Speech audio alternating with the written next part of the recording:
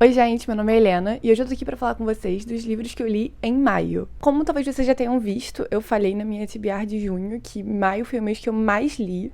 Não foi o mês que eu mais li na vida, porque eu acho que em abril de 2021 eu li 14 ou 15 livros, o que foi muita coisa. Mas esse mês eu li 12 livros, isso mesmo. Eu nem decidi ainda se esse aqui vai ser um vídeo parte 1 e parte 2, porque talvez o vídeo fique muito grande, né? Mas a gente vai ver enquanto eu for gravando. Eu, na verdade, li um pouco mais do que isso, porque eu comecei outros livros que eu achei que fosse ter tempo de terminar e não terminei, mas isso vai ficar pra junho. E eu li bem diverso, assim. Tem jovem, tem adulto, tem fantasia, tem romance, tem terror. Muito legal, muito divertido. Tô muito animada pra falar sobre eles com vocês. Antes de começar, lembrando que todos eles vão estar linkados aqui na descrição. Então, caso vocês se interessem por algum deles, por favor, comprem com o meu link, que vocês me ajudam com uma pequena comissão sem mudar no valor pra vocês. Caso você queira me ajudar, mas você esquece, uma dica é salvar o link no navegador, que aí quando você entra no site, você vai direto com o meu link.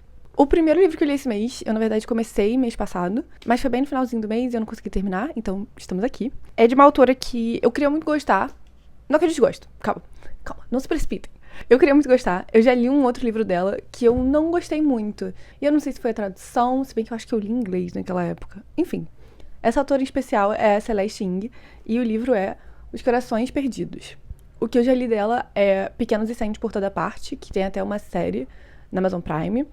E eu gostei, mas eu não gostei tanto. E tem um outro dela que eu quero ler, que é Tudo Que Eu Nunca Te Contei. Tudo Que Eu Nunca Contei. Eu tenho aqui físico e eu tô enrolando há um tempão. E esse é o último lançamento dela, Os Corações Perdidos. Nesse futuro distópico, os Estados Unidos passou por uma grande crise econômica e eles tiveram que achar um culpado. E esse culpado foi a China. Então, os chineses, mas não só eles também, qualquer pessoa que tenha fenótipos asiáticos, são tratados com muito desprezo na sociedade. Basicamente, a realidade atual, né?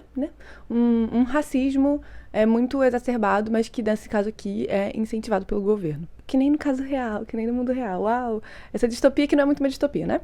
Enfim, o governo é muito controlador, né? Não chega a ser ditatorial, mas tem sempre pessoas observando e delatando. Mas o livro foca principalmente nas crianças, porque o governo tira essas crianças dos pais que eles não consideram aptos com valores americanos para cuidar das crianças. Esses que são os corações perdidos, são as crianças que foram tiradas de suas famílias e realocadas. A gente segue primeiramente o Bird, que é um garoto de 12 anos, que mora com o pai. Ele é americano, mas a mãe dele é sino-americana, ou seja, ele tem os fenótipos chineses. Então ele nunca questionou o sistema, mas ele sempre sabia que ele tinha que andar ali com a cabeça baixada. Ele mora só com o pai porque a mãe dele desapareceu quando ele tinha 9 anos. Até que ele recebe uma carta muito misteriosa que ele entende que é da mãe, e ele começa a achar que a mãe tem a ver com certas rebeliões e manifestações políticas, artísticas que estão acontecendo pelo país. Então ele embarca nessa busca para tentar encontrar a mãe e tentar saber mais sobre ela. Esse livro é um pouco difícil de descrever. Por quê? Tudo que é abordado com muita sensibilidade. A gente começa pelo ponto de vista do Bird, que é uma criança. Eu adoro acompanhar crianças em livros. Depois a gente muda pro ponto de vista da mãe. A gente vê o passado da mãe. A gente vê um pouco em como que estavam os Estados Unidos nessa crise econômica. E abordar esse assunto das crianças com tanta sensibilidade. Assim, por mais que toda essa sociedade seja horrível, né? O foco do livro é nessas crianças sendo arrancadas dos pais. E eu gostei muito de como eles falaram dessas manifestações artísticas. Antes tinham manifestações acontecendo que o governo taxava como um ato de terrorismo. Mas as pessoas conseguiram achar outras formas de se manifestar. Teve uma vez que alguém fez, se eu não me engano, estátuas de crianças de gelo. Então, assim, as estátuas estavam ali em algum momento. Algumas pessoas passaram por uma praça, acho que era numa praça, viram aquilo, ficaram tocadas e no dia seguinte as estátuas já tinham derretido. Não é como se fosse ter esse impacto muito grande, os policiais não sabiam muito o que fazer com aquilo. O próprio Bird teve uma reflexão sobre isso, que era: você não consegue mais olhar para aquela praça sem lembrar das estátuas das crianças. Tô toda arrepiada falando disso. Eu achei uma forma muito interessante de abordar, então eles têm essas manifestações mais pacíficas. Por mais que aborde esses temas tão importantes e tenha toda essa sensibilidade, eu senti o mesmo problema que eu senti no primeiro livro que eu li, né, que era Pequenos Incêndios por Toda Parte, que é que eu fiquei muito desconectada da história. Tem pessoas que podem achar que é por conta da terceira pessoa, né? O livro não é em primeira pessoa. Mas eu não tenho problema com isso. Inclusive, eu quase nunca reparo se o livro é em primeira pessoa ou não. Então eu não sei se foi isso. Mas eu acho que por ela tentar abordar temas tão amplos e importantes que impactam tantas pessoas, ela tenta fazer uma abordagem mais abrangente e sai da conexão íntima com o personagem. Eu não sei, eu tô só falando palavras, eu acho. Eu espero que esteja fazendo algum sentido. Então eu gostei do livro. Não acontece tanta coisa assim, é mais sobre essa exploração sobre os personagens e sobre amor em geral, e amor nesses tempos de preconceito e fanatismo. Mas eu sempre me senti um pouco distante da história. Parecia alguém me contando alguma coisa distante que aconteceu. Eu sentia as dores de personagem, mas de uma forma afastada. O próximo livro é uma HQ que eu recebi da editora Conrad. E eles perguntaram se podia me mandar, que acharam que eu ia gostar. E eu acho que isso foi o mais certeiro, que já entraram em contato comigo, falando: oi, posso te mandar isso aqui? Acho que você vai gostar. Eu falava: claro. E normalmente eu gosto. Mas, sendo específico pra: oi, Helena, acho que você vai gostar? Gostei muito. O nome é A Cegueira Iminente, de Billy Scott, da Zoe Thorogood. E eu acho que o título já é bem explicativo. A Billy Scott é uma artista e ela tá ficando cega. O que acontece é que ela acabou de passar num concurso pra expor as obras dela no museu. Ela tem, sei lá, 1 ano pra enviar as obras pra expor. Só que acontece um acidente com ela e ela começa a perder a visão. E ela vai perder a visão em 2 meses. Então, assim, além da questão desse prazo, ela é uma artista visual. Ela pinta quadros e ela tá perdendo a visão. Como é que você lida com isso? A arte é bem contemporânea, bem urbana. Eu tô mostrando uma parte que não é urbana, mas é. Essa arte aqui do lado, inclusive, é esse marcador que tá aqui na minha parede, que eu achei lindo demais. Eu não sou tão chegada nessa arte, assim, não tenho forte sentimento sobre, mas eu acho que funcionou muito bem pra esse aqui. E ela tá um pouco perdida, ela tá um pouco sem inspiração. É quase que aqueles livros de viagem, que uma pessoa vai viajando e passando por vários lugares, e em cada lugar ela conhece uma pessoa diferente e como que essa pessoa afeta ela. Muito bonito, eu adorei a Billy, gostei das pessoas diferentes que ela conheceu no caminho, gostei de tudo que aconteceu, recomendo muito essa HQ. Não vou falar o que acontece no final, mas ela é uma artista e mostra as pinturas dela, o que eu acho interessante. E eu gostei muito disso aqui que tem no final. É um agradecimento da artista. E enfim, obrigada por lerem. Agora eu vou dormir por 1 mês. Tipo, a bonequinha dela morta depois de fazer a HQ toda. Lindo, perfeito. Recomendo muito. Adorei. Muito obrigada, editora Conrad. Depois eu li um livro que eu tô pra ler há muito tempo, porque eu ganhei um sorteio dele do Sem Spoiler em 2020. Esse livro tinha acabado de ser lançado. E o livro é Corpos Secos. É um livro com 4 autores diferentes. E é sobre um apocalipse zumbi no Brasil. Cada autor escreve uma perspectiva. São 4 perspectivas diferentes. Deixa eu lembrar todas elas, calma. É um cara que eu acho que se chama Matheus. O cara, ele é imune ao gene zumbi. Então, assim, ele foi infectado, mas ele tá bem. Então tem ele, que ele tá nesse hospital e ele vai ter que ser movido daqui a pouco. Tem o sobrinho dele, que é uma criança de uns 12 anos, tá vivendo com a família numa base militar, porque o padrasto é militar, e eles também estão tendo que ser movidos. Tem uma mulher, que ela é dona de fazenda, então ela tá mais isolada e demora um pouco mais pra chegar lá o que tá acontecendo. E 2 irmãos. Uma das irmãs, ela é engenheira química, se eu não me engano, e ela gostaria muito de usar os conhecimentos dela pra ajudar as pessoas, mas ela vai percebendo que nesse cenário apocalíptico, às vezes o conhecimento acadêmico não tem tanto efeito assim. O livro começa, já aconteceu, o apocalipse zumbi, tá? As pessoas estão ali resguardadas. As coisas estão piorando, tá? Mas já aconteceu o apocalipse. E a gente vai seguindo essas 4 perspectivas alternadas. Eu gostei muito. No final, eles estão todos querendo ir para um mesmo lugar, só que eles estão em estados diferentes. Tem gente que tá no Rio, tem gente que tá no Espírito Santo, eu acho. Tem outras pessoas que estão em Santa Catarina. Enfim, estados diferentes do Brasil, todos convergindo para um mesmo lugar e passando por experiências diferentes. Essa mulher fazendeira sofre muito, e a gente vê com ela, eu acho, as piores atrocidades que podem acontecer quando não existe mais lei, quando tá tudo indo pro inferno, né? Eu gostei muito de seguir a perspectiva da criança também, ter essa visão infantil do que tá acontecendo e a criança entendendo, mas ao mesmo tempo não entendendo tanto, e as decisões que são tomadas ali em família também muito interessante, e como a criança processa tudo, gostei. Os irmãos, eu acho que... Eu gostei muito da irmã como personagem, mas eu acho que foi a perspectiva que menos teve um impacto na história. E o cara que era imune foi interessante seguir porque ele era o que estava mais ligado com o governo. Nem tanto assim, mas o que estava mais assim com uma ideia de controle do que estava acontecendo. Estava gostando das histórias se combinando, mas aí eu fui ver que estava chegando muito perto do final.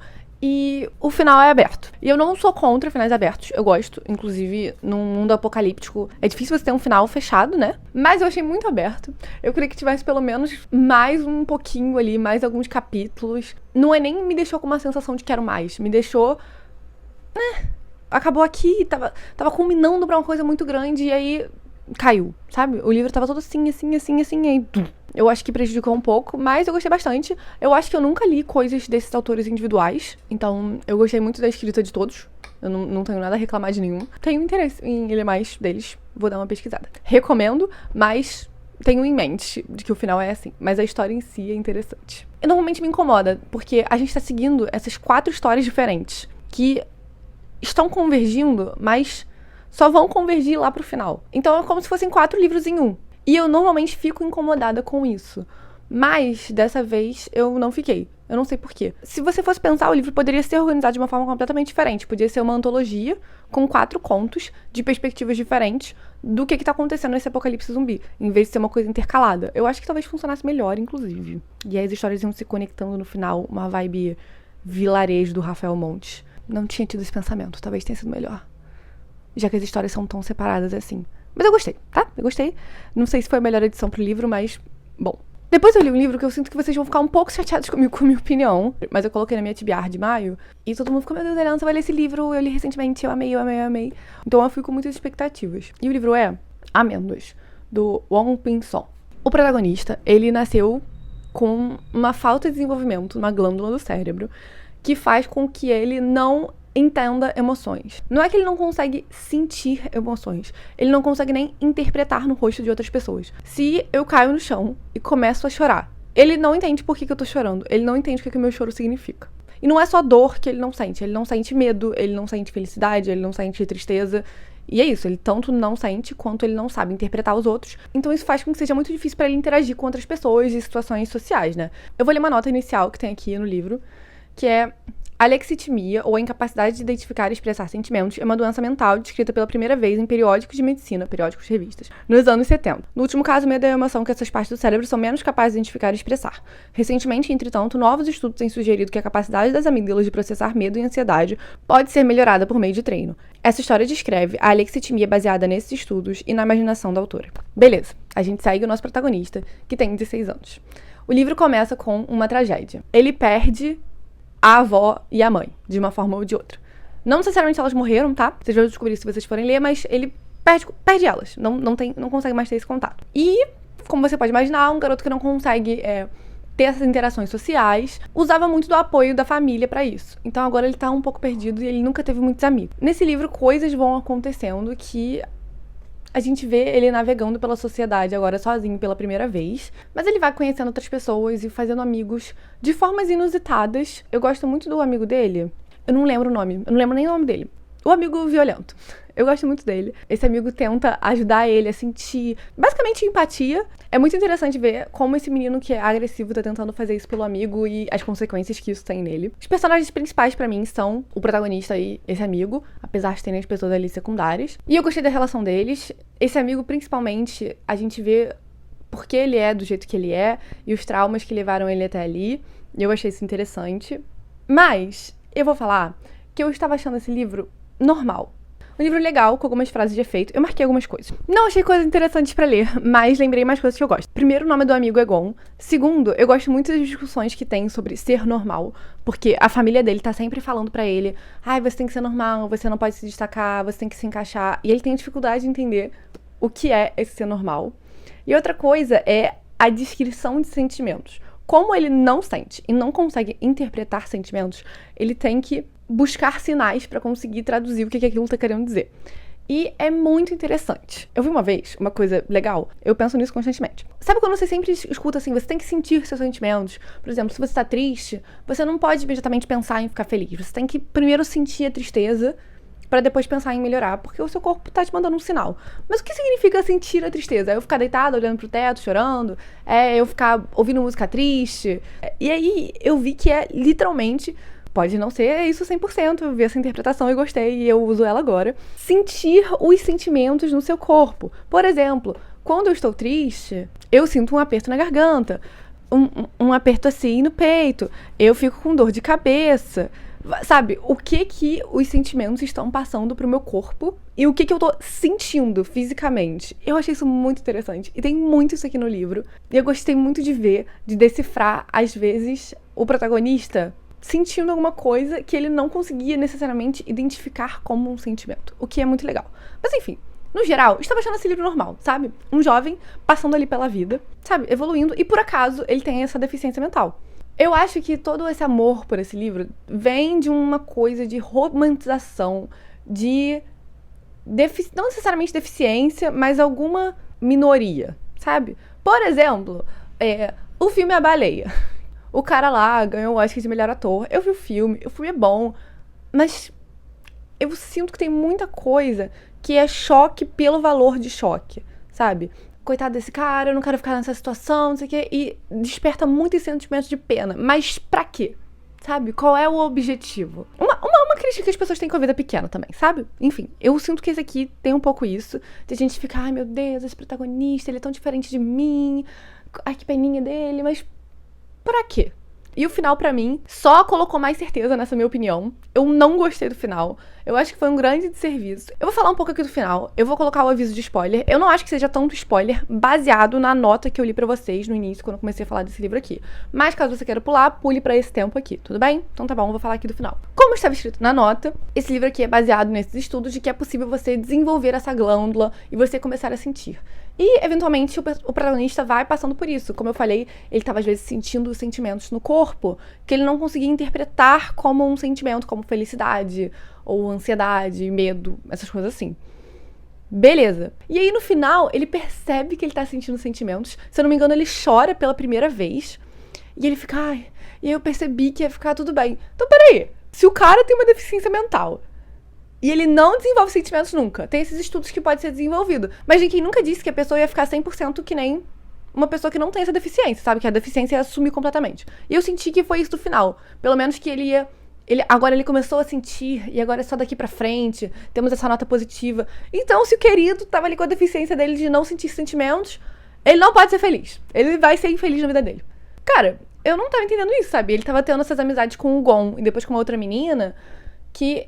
Beleza, ele tava começando a sentir sentimentos, mas principalmente com o Gon, ele não tava sentindo tantos sentimentos assim. O Gon tava tentando desenvolver a amígdala dele lá e não tava conseguindo. E eles estavam ali com essa amizade, cada um do seu jeito, cada um com suas bagagens. E teve esse final que o querido começou a sentir, e aí agora a vida dele vai ficar de boa. Não gostei dessa mensagem, não achei interessante. Enfim, gente, parei. Esse foi um mini rant, né? Basicamente, achei o livro legal, gostei das reflexões que tem sobre sentimentos, sobre ser normal, sobre se encaixar na sociedade, gostei das amizades, mas não amei tanto assim, achei um livro bom, ponto, e o final me decepcionou bastante. Beleza, indo pra uma linha um pouco diferente agora, eu vou falar de uma fantasia, que eu tô com ela aqui há um tempão pra ler, é uma trilogia, se eu não me engano, mas só tem 2 volumes publicados, os 2 já tem no Brasil, e eleito pela Amazon como melhor livro Young Adult de 2021. Ok, o livro foi Sangue Dourado, da Namina Forna. Esse livro aqui, eu não vi muita gente lendo. A Mira falou sobre no TikTok, ela gostou bastante. Então, sabe, eu tô com essa fantasia aqui, tava numa vibe de ler uma fantasia jovem, fui lá. Eu comecei esse livro não gostando, tá? Eu tava achando chato, eu não tava gostando da escrita, a protagonista era insuportável. Tudo que tava acontecendo com ela, ela tava... Ai, meu Deus, eu não sei por que isso tá acontecendo. Alguém me explica. Ai, meu Deus. Tudo bem, eram coisas chocantes que estavam acontecendo com ela. Mas... dava pra entender o que tava acontecendo. Eu não sei por que ela não tava entendendo. É uma sociedade muito machista. 100% patriarcal, mulheres não podem fazer nada. Mulheres não podem trabalhar. Elas cuidam da casa, né? O que é um trabalho, mas elas não podem ter outros trabalhos. Elas são completamente submissas aos maridos. É difícil você ver uma mulher não casada. E se ela não é casada, ela vira basicamente freira. Ou freira desse universo aqui, né? Que não é freira, mas é freira. Ou ela vai pra uma casa de prazeres. Elas não podem mostrar o rosto, então elas andam por aí com uma máscara que só dá pra ver os olhos, e tem mulheres muito devotas que até colocam uma cortininha assim nos olhos pra não dar pra ver os olhos. Basicamente, mulheres não podem fazer nada, elas são submissas, e essa querida aqui, ela vai passar pelo ritual. Qual é o nome do ritual? Cerimônia do sangue. A protagonista é a Deca, né? E todo mundo passa por essa cerimônia do sangue quando ela tem 16 anos. E se seu sangue for puro, beleza, você é oficialmente iniciada na sociedade, começam ali as propostas de casamento, etc, etc. Se seu sangue não for puro, você é um demônio. Acabou pra você. A Deca já tem problemas porque ela é negra. E na parte onde ela tá, que é no norte, as pessoas são brancas. E ela já sofre um preconceito ali por isso, por não ser parecida com as outras mulheres. Então ela tá muito ansiosa pra cerimônia do sangue, pra ser inserida oficialmente na sociedade, pra todo mundo ver ela como igual. E aí o que acontece na cerimônia do sangue? O sangue dela não é puro. E é aí que eu comecei a gostar. Por quê? Apareceram os uivantes alguma coisa. Quem são esses queridos? Uivantes mortais. O que são os uivantes mortais, né? São a maior ameaça a esse reino deles. Eles são criaturas que chegam, gritam, tem uivos mortais, as pessoas desmaiam ouvindo os uivos, e eles matam as pessoas. Eles invadem vilarejos, matam homens e sequestram as mulheres, e essas mulheres nunca mais são vistas. Beleza, ela é cortada, vem que o sangue dela não é vermelho, o sangue dela é dourado, ou seja, ela é um demônio. A partir daí, gente, muitas coisas acontecem. O livro muda de rumo completamente, foi muito legal. Basicamente, o que são essas pessoas com sangue dourado, né? Elas são Alak e elas são basicamente imortais. Elas têm uma morte definitiva, mas que não se sabe qual é. Normalmente é decapitar, ou afogamento, ou botar fogo, enfim. Por exemplo, minha morte é botar fogo. Se você me decapita, a minha cabeça volta pro meu corpo. Eu entro num sono dourado, que meu sangue fica brilhando ali dourado, e aí eu volto à vida. Eu sempre fiquei pensando, tipo assim, e se você decapitar a cabeça e botar em outro quarto e fechar a porta? Porque a cabeça meio que vai voltando assim pro corpo. Como é que vai voltar? Não sei, não foi explorado muito essa questão, não. Na verdade foi um pouquinho, mas não muito. Beleza. E aí a Deca vai lá, é presa, ficam matando ela de novo, e não consegue achar a morte final dela. Então a querida fica lá sendo torturada por muito tempo. Um trauma muito pesado, entendeu? Até que chega uma querida lá, chega uma mulher soldada e fala, olha só, você, na verdade, é uma Alak, que são essas pessoas. Ela falou, você não é a única, temos muitas Alaks. E o imperador resolveu que ele quer fazer um exército de Alaks. Porque vocês não morrem fácil, elas, na verdade, também são mais rápidas e mais fortes. Os Vivantes Mortais são uma grande ameaça aqui. E a gente quer um exército de Alaks. Você quer ficar aqui ou você quer ir comigo? Ela, ai, mas eu sou impura, eu não quero ser um demônio. Ela fica, meu amor, se você vier comigo, em 20 anos de serviço pro imperador, você vai ser purificada. Você vai ser pura de novo e você vai poder viver sua vida. Ela, ai, meu Deus, então é isso que eu quero. Obrigada aos deuses. E ela é muito devota, né? Porque quanto menor o vilarejo, mais devota. Eu sinto que eu tô falando muito da sinopse desse aqui. Mas é que essa parte tava legal. Resumindo a história. Ela vai pra lá pro lugar, pra treinar pra ser soldada. Conhece outras Alaks, cada uma com uma personalidade diferente. Ela vai treinando e ela vai vendo, tipo, talvez eu não queira ser submissa.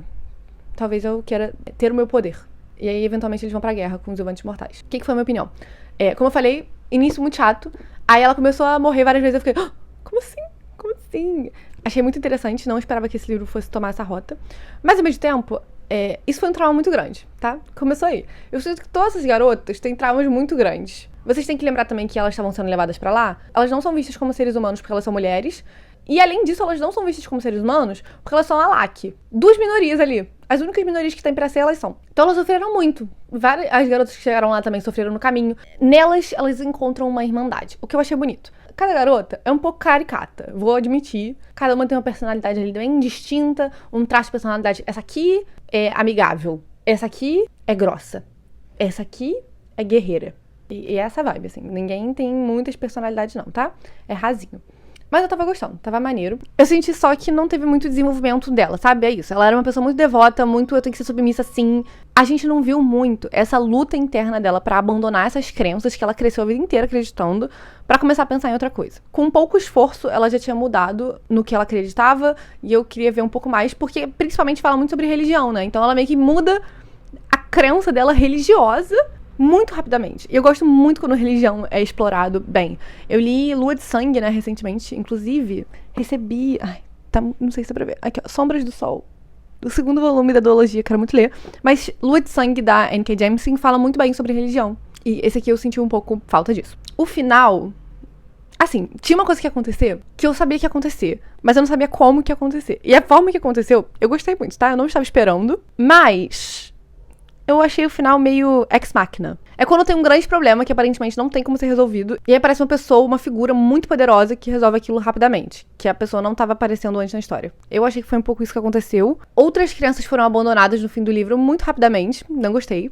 Então assim, basicamente, o livro começou bem, tem uma ideia boa aqui, mas eu acho que pecou no desenvolvimento. E tem uma outra crítica também, que sempre tem essas coisas binárias, tipo assim, só mulheres podem ser Alak.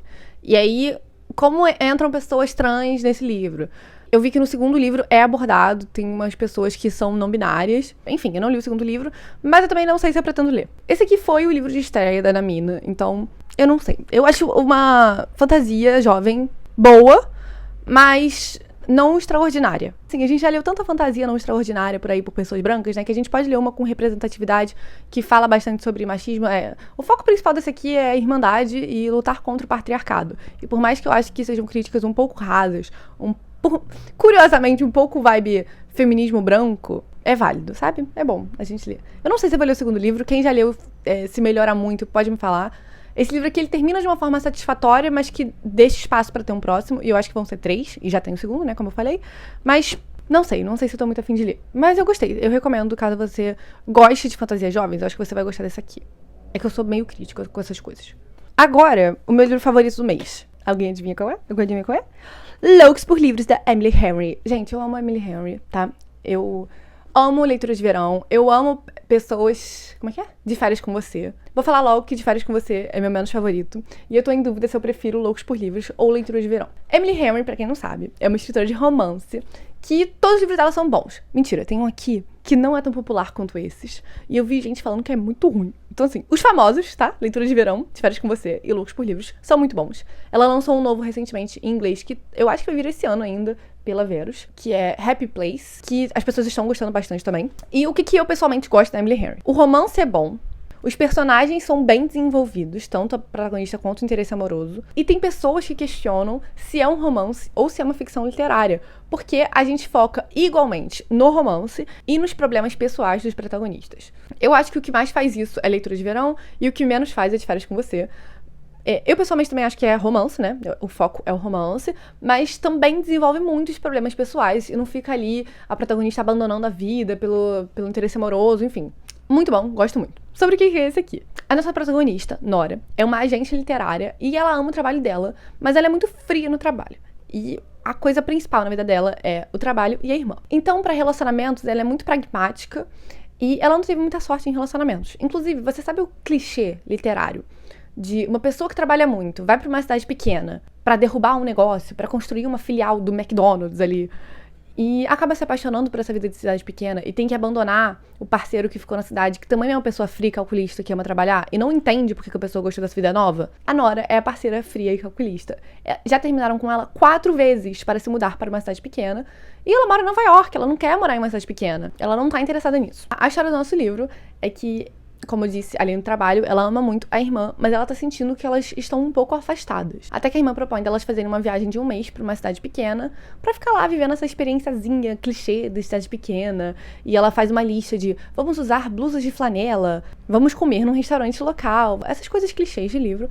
E elas vão pra lá. E ela quer muito reatar, né, com a irmã. Não reatar, porque elas não estão brigadas, mas ela tá sentindo que as coisas estão um pouco estranhas. E chegando lá, a Nora descobre que um editor, que ela já tem um probleminha, também está na cidade. O Charlie também é um editor muito rígido e muito sério, e eles tiveram um primeiro encontro há alguns anos atrás, ela tentando fazer com que ele editasse um livro de uma cliente dela, e ele foi grosso com ela foi grossa com ele, o encontro não foi bem, ele não pegou o livro, e agora eles estão ali com esse histórico, e ela vai ficar na cidade por 1 mês, e ele também vai ficar por lá. E a história vai se desenvolvendo. Gente, é muito bom.